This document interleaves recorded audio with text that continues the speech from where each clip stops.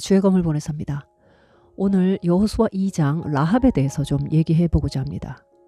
제가 제목을 상위 1%의 믿음 라합 이렇게 지어봤는데요. 역전의 인생 뭐 이렇게 얘기를 해봐도 될 것 같습니다. 정말 역전의 여왕이죠. 라합이 참 기생이라는 직업을 갖고 있습니다. 근데 이제 이 기생이요, 바알 신을 섬기는 그런 어떤 신전의 창기, 그래서 공창이라는 이제 설도 있는데 이 굉장히 유력한 설입니다. 그래서 저는 오늘 설명을 할 때 라합이 이제 바알 신을 섬기는 그 가나안 땅의 그 아주 음란하고 더러운 문화 속에서 공창으로 살아가는 그런 여인으로 일단 설정한 상태에서 이제 얘기를 하려고 합니다.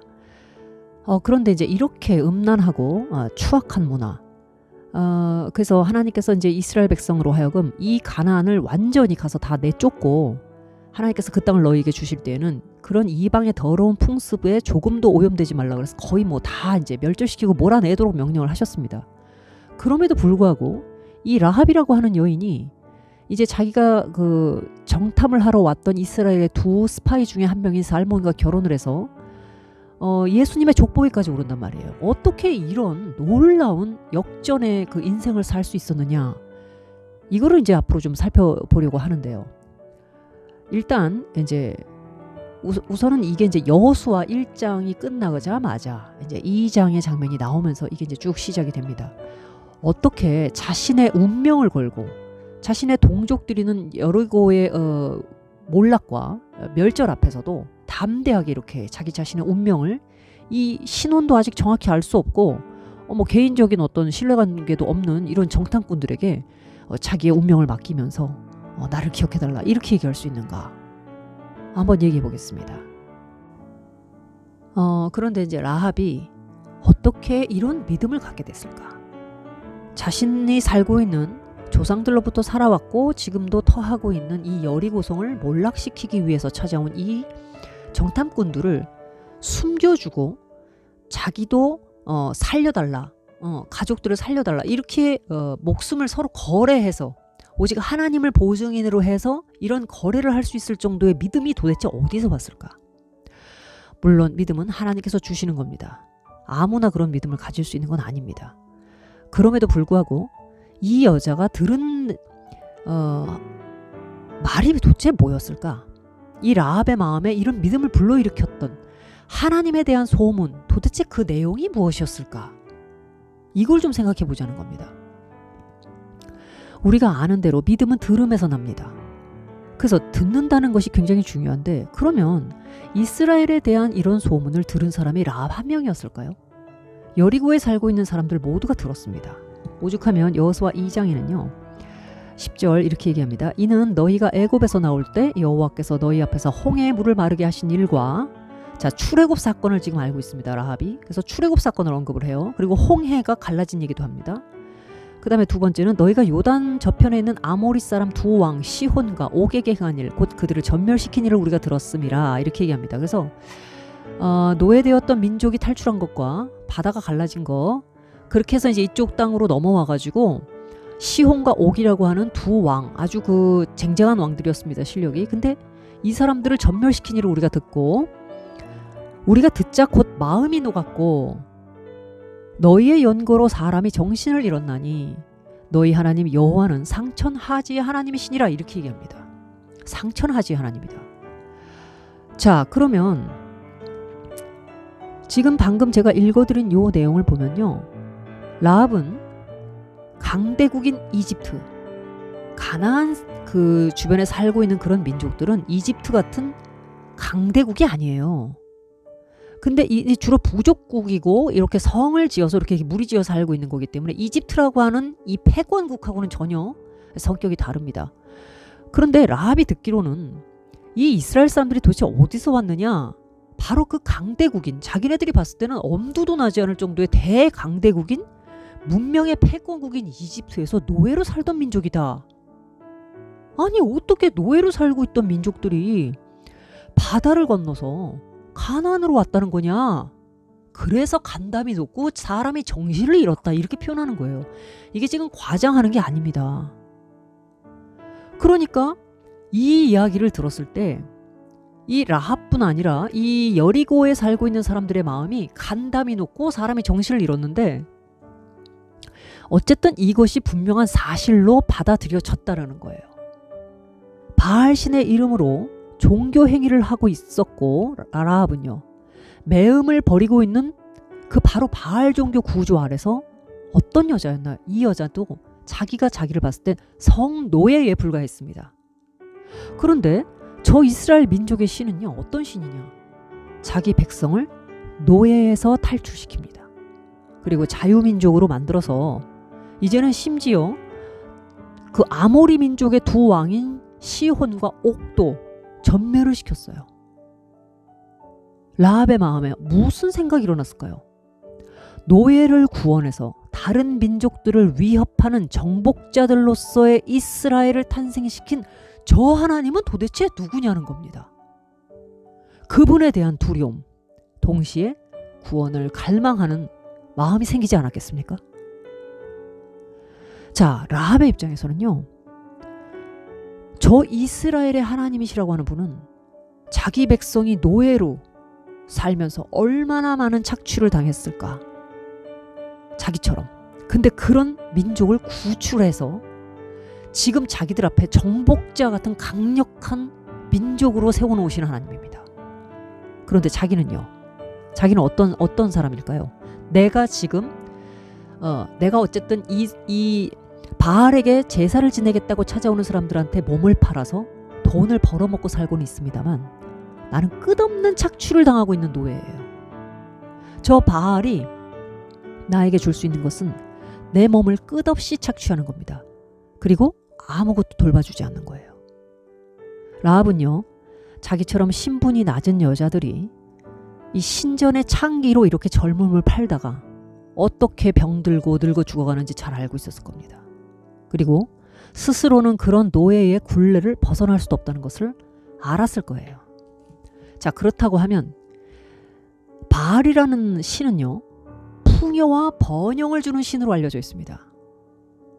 그 신이 성적으로 흥분을 해서 여신과 성적 교합을 해야만 땅에 풍요가 임한다 이렇게 믿기 때문에 신전에서 여자 사제들이라고 불리는 창녀들과 그 땅에 살고 있는 남자들이 성적으로 교접해가지고 하늘에 있는 신들이 그걸 보고 흥분하도록 만드는 게 일종의 예배고 제사 행위예요. 그렇게 음란하고 그렇게 원시적이고 야만적인 그런 제사와 그런 종교 형태를 갖고 있는 겁니다. 거기서 자기는 풍요와 번영을 갖기 위해서 신들을 흥분시켜야 하는 성적 놀이개예요. 성노예입니다. 그렇게 착취당하고 있는 거예요. 그리고 몇 푼 던져주는 걸로 살아가고 있는 겁니다. 그런데 풍요와 번영을 준다고 하면서 사실은 자신의 몸만 착취하고 있는 거잖아요. 자신에게 무슨 풍요와 번영이 옵니까? 여러분, 이게 바로 우리가 예수 그리스도를 만나기 전에 늘 당하고 살았던 바로 그런 세상 신에 의한 착취의 구조입니다. 사실 우리 모두가 너나 할 것 없이 구원받기 이전에 우린 전부 라합 같은 삶을 살고 있었던 거예요. 이 세상 신은 무언가 줄 것 같이 희망 고문을 하는 겁니다. 풍요와 번영. 이 세상 신을 자극해서 또 그로부터 자극을 받아서 이 땅이 풍요하고 잘 살 수 있다라고 하는 희한한 이런 아주 음란한 그런 문화와 풍조 속에서 내 몸을 달궈라. 내 몸을 더 뜨겁게 달궈서 그렇게 살아야만 이 세상 신이 감동을 해서 뭘 준다는 거예요. 그러니까 아침부터 밤늦게까지 뭐 새벽까지도 잠 안 자고 할 수 있는 만큼 뜁니다. 그런데 그거는 계속해서 세상은 그 신들은 그것 때문에 점점 그러니까 이 세상 신이라고 하는 어떤 그런 그 위에 우리보다 상층부에 있는 어떤 구조를 가지고 있는 착취자들은 그거를 계속 끌어모을지 모르지만 그 사람들에게는 풍요와 번영이 가는지 모르지만 하부 구조에 있는 사람들은 거기서 무슨 풍요와 번영을 얻습니까? 마귀만 찬양하고 예배를 받고 있을 뿐이지 자신의 몸을 그저 성적인 놀이개로 주고 있는 라합 같은 사람들에게 무슨 풍요와 번영이 찾아와요. 근데 언젠가는 나에게도 풍요와 번영이 올지도 몰라 하고 내 몸을 하나의 재료로 삼아가지고 끝없이 소진시키면서 살고 있는 겁니다. 끝없이 착취당하고 살고 있는 거예요.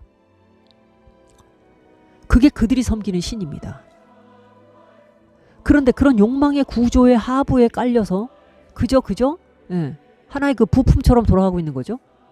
그런데 바로 그런 구조에서 나 스스로는 도저히 탈출할 수가 없고, 또 나처럼 그렇게 살다가 그저 그렇게 병들고 늙어서 죽어가는 수많은 주변을 바라보면서 라합의 가슴속에 얼마나 깊은 이 슬픔과 비탄과 애통함이 있었겠습니까? 정말로 가난한 그런 상태에 있는 사람인 겁니다. 이 세상에서는요, 어차피 아무 희망도 없고 구원도 없는 그런 사람인 거예요. 그런데 바로 그런 라합에게 심판인 동시에 희망과 구원의 이 양면을 다 가지고 있는 소문이 들려오는 겁니다. 바로 그게 뭐냐? 저 이집트에서 노예로 살고 있던 민족이 뭐 4대 만에 탈출했으니까 몇백 년 만에, 그 몇백 년씩이나 노예하던 민족이 어느 날 대단한 지도자가 나타나가지고 그들을 구원해서 바다를 가르고, 이집트 군대가 수장됐대. 아주 그냥 재앙을 당해가지고 지금 이집트가 쑥대밭이래. 그리고 그 민족이 40년간 지금 광야에서 살고 있다가 지금 이쪽으로 오고 있다. 근데 아모리 왕 시온과 옥도 이 민족을 굉장히 우습게 봤다가 전멸을 당했대. 이런 소문들이 막 들려오는 겁니다. 그러면 대부분 그저 우리에게 위협이 된다고 생각을 해서 첫째 공포를 갖거나 둘째 적개심을 갖거나 둘 중에 하나입니다. 근데 라합은 아주 독특한 반응을 해요. 너희 하나님은 상천하지 하나님이다 그러면서 그에게 구원을 의뢰하는 형태로 나간다는 거예요. 이게 놀랍다는 겁니다. 여러분, 내가 어쨌든 내가 갖기는 싫어도 남 주기는 아까운 게 그게 사람 심보예요. 내가 아무리 지겨워 하면서도 내가 살고 있는 터전을 누군가가 건드린다고 하면 그는 그 적이 되는 거예요. 그래서 적개심 아니면 공포심을 갖는 겁니다. 근데 라합은 그렇게 하지 않고 구원을 희망을 해요. 내가 이렇게 나는 노예인데 저 하나님은 내가 믿는, 내가 섬기는 바알처럼 나를 착취해서 자기의 배만 불리는 신이 아니라 저 신은 자기 민족을 노예에서 구원해가지고 의젓한, 정말 그야말로 우리가 다 간담이 녹을 정도로 두려운 정복자로 만드는 신이다. 이걸 봤다는 거예요, 이 점을. 그래서 지금 우리를 심판하러 오고 있는데도 불구하고 그에게 구원의 희망을 거는 겁니다. 이게 얼마나 놀라운 사건인가요? 물론 두렵죠. 그렇기 때문에 피하는 겁니다, 이분에게로. 저런 하나님, 저런 신이라면 나도 어쩌면 구원 얻을 수 있을지도 몰라. 왜? 나도 노예잖아요. 굉장한 믿음인 거죠. 이게 바로 수로보니게 여인 같은 믿음이기도 하고, 천국은 침노하는 자의 것이다 라고 말했을 때 바로 그 침노하는 것입니다. 내가 자격이 있을까? 저 사람들은 내가 여리고에 사는 여자니까 내가 아무리 이런 행동을 해도 나를 안 받아줄지도 몰라, 이런 생각을 하지 않는 거예요. 그래서 그 정탐꾼들을 숨겨주면서 적극적으로 사실은 이들을 보호하고 있는 거죠. 그러면서 얘기하는 겁니다. 공을 내세우거나 생색을 내는 것도 아니에요. 나를 구원해주고 나를 기억해달라, 이렇게 얘기하는 겁니다. 그래서 서로 호혜가 이루어지는 거예요. 상호 호혜가 이루어집니다. 아마 제가 생각할 땐 이것이야말로 저 신에 의해서 구원받은 민족에 대한 믿음이랄까요? 신뢰랄까요? 저런 신이 구원한 민족이라면 나도 구원받을 수 있을 거다. 이것은 인격적인 믿음이 이미 라합의 가슴속에 싹 텄다는 증거입니다. 왜? 저 이스라엘의 하나님이 해방시킨 민족이 어떤 민족이에요? 자기랑 똑같은 노예 민족입니다. 세상에서 잘나고 똑똑한 그런 사람들을 건진 게 아니라 아주 비천한, 자기가 자기 처지 잘 알잖아요. 내가 노예니까 저 사람들도 노예로 살았을 때 어떤 꼴을 당하고 살았었을지 충분히 공감하고 알 수 있는 겁니다. 그런데 바로 그 노예들이 위풍당당 지금 정복자로 자기 앞에 서 있는 거예요. 그리고 이제 정탐까지 하려고 자기 앞에 들어와 있습니다. 그러다 보니까 저런 약한 노예들을 당당한 정복자와 자유인으로 만든 신이라면 이분은 내가 의지하고 뭔가 신뢰해도 되겠다. 이게 싹 터버린 겁니다. 이게 인격적인 믿음이에요. 하나님의 성품에 대한 믿음까지 벌써 와버린 상태입니다. 이게 라합이. 왜? 그가 너무나 자비하시잖아요. 노예를 구원하는 신. 근데 자기의 바알은 어떤 바알인가요? 자기 몸을 끝없이 탐하고 착취하는데 자기에게는 아무것도 주지 않는 겁니다. 그리고 아까 말씀드린 대로 그 많은 신전의 창기들이 그런 식으로 병들고 늙어서 그냥 죽어가고 사람 취급도 받지 못하고 정말 쓰레기 취급을 당하면서 그냥 그렇게 버려지는 수많은 구조들을 봤거든요. 그 병폐들을 봤거든요. 그 슬픔을 봤거든요. 그러다 보니까 노예를 건져서 지금 우리 앞에 정복자로 세워놓는 저 이스라엘의 하나님이 진짜 저 신은 내가 믿고 이 2명의 정탐꾼을 숨겨주고 이 사람들이 정말 나를 다시 구원하러 올까라고 하는 것에 대한 불안을 그자지 갖지 않는 겁니다. 당신들을 내가 이렇게 선대했으니까 당신들도 날 기억해달라. 이런 부탁을 할 수 있다는 거는 이미 노예를 구원한 바로 그 하나님의 성품에 대한 믿음, 즉 인격적인 신뢰가 이미 이 가슴속에 싹 텄다 이겁니다. 정말 놀라운 믿음인 겁니다. 이것이 바로 예수 그리스도께서 하신 사역입니다. 기름을 부어 가난한 자에게 아름다운 소식을 전하게 한다. 가장 낮은 곳에서 요만큼의 희망도 없는 사람, 이 사람은요 세상의 모든 것을 다 잃어버렸기 때문에 진실로 가난한 자이기 때문에 천국을 얻을 수 있는 겁니다. 바로 여러분, 우리가 이것이 바로 상위 1%의 믿음을 가질 수 있는 배경이라는 것을 정말 믿었으면 합니다. 그러니까 내가 세상에서 뭔가 바알의 구조에, 풍요와 번영의 구조에 여전히 희망을 걸고 있는 사람으로는 도저히 이 다가오고 있는 천국을 볼 수가 없는 겁니다. 바알의 착취의 구조 속에서도 내가 조금 더 열심히 하면 벌 수 있어. 내가 오늘은 단골이 10명인데 열심히만 조금 더 뛰면 한 5명 정도 더 받을 수 있어. 여러분, 여기서 무슨 희망을 얻을 수 있고 여기서 무슨 번영을 얻을 수 있습니까? 그런데 우리가 구원받기 이전에 이런 짓을 하고 있고 구원을 받고 났다고 하는데도 이런 짓을 할 수 있습니다. 바알의 방식을 도입하는 거예요. 이스라엘 백성들이 출애굽을 하고 난 이후에도 계속 그런 짓을 해서 주님의 분노를 계속 샀지 않습니까? 신약 성경도 계속 그런 얘기를 하는 겁니다. 세상과 짝하기를 원하는 가늠하는 여자들아, 세상과 벗된 여자들아, 이렇게 얘기하지 않습니까? 그런 것을 간음이라고 얘기하는 거예요. 그 간음의 구조를 유지하면서 어떻게 하나님을 따라가고 어떻게 천국을 얻습니까? 그런데 바알의 구조 속에서 풍요와 번영을 배웠던 그 기억이 남아있으니까 진정한 자유인, 비록 약간의 어려움이 오더라도 자유라고 하는 어마어마한 힘과 영생을 얻은 사람으로서 자존감을 버려버리고 마늘, 부추, 고기 원하는 겁니다. 우리가 바로의 떡가마 앞에서 그래도 일 끝나고 나면 그래도 노예들한테 밥은 먹여야 될 거 아니에요. 일 잘하는 소한테 염을 많이 주지 않습니까? 아무 생각 없이 그냥 히덕거리고 먹고 그렇게 살았던 시절이 너무 그리운 거예요. 만나만 먹으니까 힘이 안 난다는 겁니다. 그게 바로 노예의 근성이라고 그러잖아요. 근데 우리가 구원받고 난 이후에도 이런 노예의 근성이 남아있을 수 있습니다. 그런데 라합은 아마 노예 근성이 남아있을 이유도 없고 미련도 없이 정말 너무나 그 가장 진짜 인간의 삶의 가장 처참한 비극, 몰락, 비참함의 끝을 맛본 사람 같아요. 요만큼도 미련이 없다, 이런 게 보입니다. 왜 그랬을까요? 그 사람의 믿음이 자기가 그 여리고에서 살던 모든 것을 다 팔아서 그리스도를 샀기 때문입니다. 그게 바로 하나님을 사는 거, 하나님을 향해서 자기의 모든 것을 걸어버린 그 믿음 속에서 나오는 거예요. 이게 바로 상위 1%의 믿음이고 역전을 이룰 수 있었던 어떤 가장 중요한 원동력이었던 겁니다. 하나님께서 이 사람을 택한 것이 맞아요. 근데 그 택함 속에도 인간 쪽에서 설명할 때 배경이 있다는 거예요. 그래서 우리가 교훈을 얻을 수 있고 나는 어떤 마음가짐으로 살아야 할 것이냐를 우리가 여기서 뽑아내는 거 아닙니까? 그냥 하나님이 다 하셨으니까 너는 가만히 있어. 그런 게 아니잖아요. 하나님은 인간에게 믿음을 주시고도 이 믿음이 마치 인간 편에서 온 것처럼 칭찬해 주시고 격려해 주시면서 네 믿음이 너를 구원하였다, 이렇게 말하시는 분이에요. 그분은 자신이 믿음을 주시고도 그렇게 사람에게 겸손하게 네 믿음이 너를 구원했다 하고 상을 주시는 분입니다. 그렇기 때문에 우리는 어떻게 해야 마치 내가 하나님을 믿어서 그분께 영광을 돌리고 내가 주님의 사역에 동참할 수 있을 수 있느냐, 이 차원에서 내가 믿음에 대한 연구를 해야 되는 겁니다.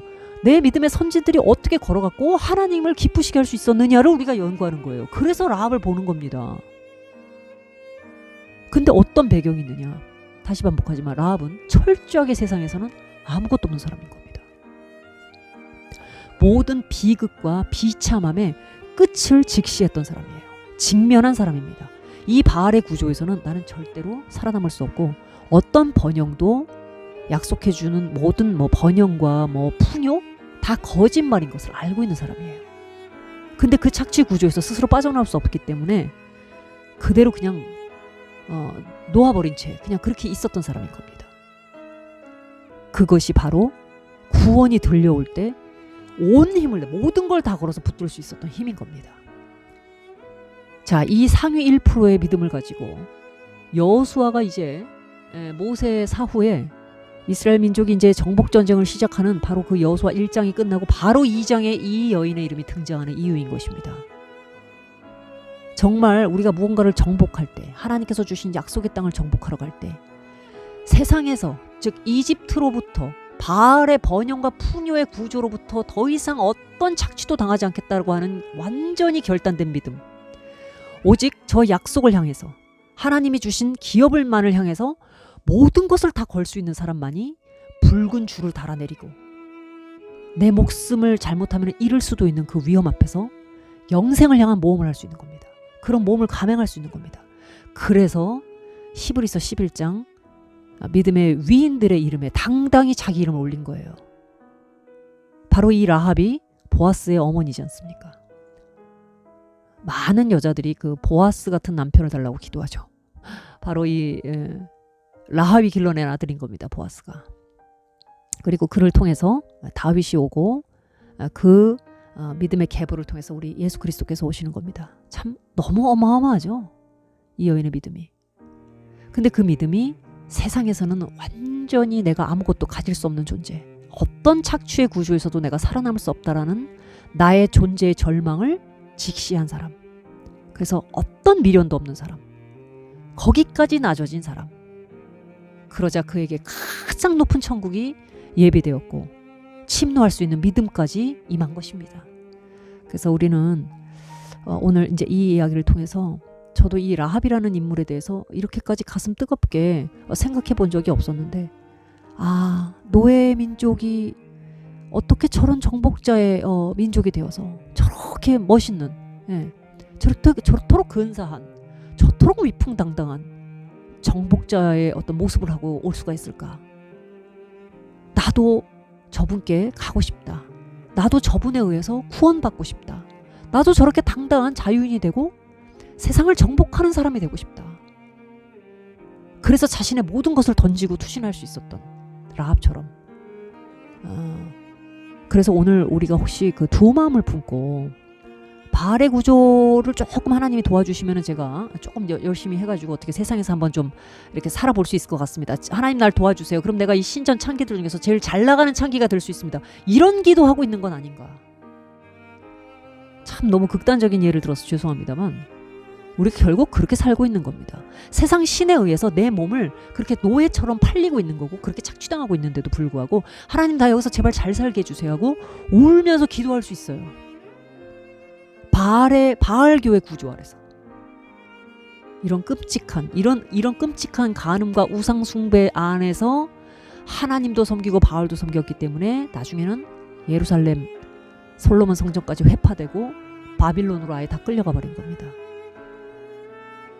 너무너무 신선했던 이 라합의 믿음으로 새하늘과 새 땅처럼 열렸었던 그 가나안 정복 당시에 이 신선한 믿음은 다 어디로 가고 결국은 바알교에 완전히 물들어서 타락의 끝을 달렸다가 이제 노예에서 이제 포로로 잡혀가는 그런 역사, 비참한 역사를 보지 않았습니까? 우리가 성경을 통해서. 우리의 삶이 그렇게 되지 않도록 오늘 다시 여호수아 1장, 2장에서 이 라합의 이름이 등장하는 것을 하나님께서 이 기사를 왜 여기에 집어넣으셨을까? 이제 약속의 땅을 향해서 침노하기 위해서 걸어가는 바로 여기에 어떻게 이 여인의 이야기가 여기 들어갈 수 있었을까? 우리의 신앙이 바로 라합을 통해서 저 약속의 땅으로 들어가야 한다는 거. 이 모든 세상의 것을 다 버리고 바알교에 착취해서 완전히 떠나서 풍요와 번영이 아니라 오직 예수 그리스도를 통한 영생과 거룩을 향해서 걸어가야 한다는 거. 그 세상의 것을 모두 다 놓아버려야 한다는 거. 이걸 오늘 우리에게 가르쳐 주시는 것이 아닌가 그렇게 생각합니다. 네, 여기까지 하겠습니다.